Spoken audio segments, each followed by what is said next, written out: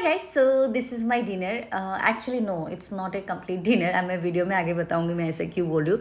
By the way, ये है bread जिसको मैंने गार्लिक के साथ थोड़ा टोस्ट कर लिया एंड उसके बाद मैंने एवोकाडो को स्मैश करके टोस्ट के ऊपर रखा, तो मैं ये खा रही हूँ। एंड खाते खाते नेटफ्लिक्स में एक फिल्म भी देख रही हूँ मैं।